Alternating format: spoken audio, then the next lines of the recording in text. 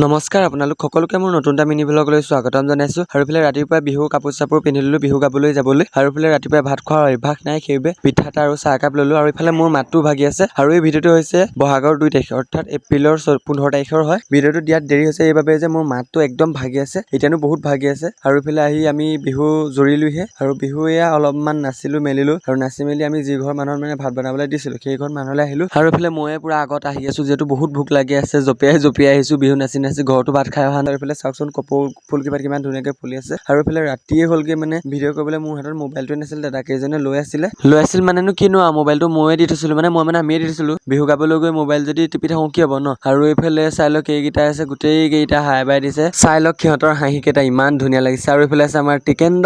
আৰু আপোনালোকে চাগে মোৰ ভইচটো শুনি আচৰিত হৈছে নহয় জানো? আজিতো অকণ ভালেই হৈছে, কালি পৰহিটো একদম বেয়া হৈছে। আৰু এইফালে যেন বাইক কেইখন গৈছে দেখিছেনে? বিহু এয়া আমাৰে বিহু দলটোৰে হয়, ছোৱালী কেইজনীক মানে বাইকত নিছে।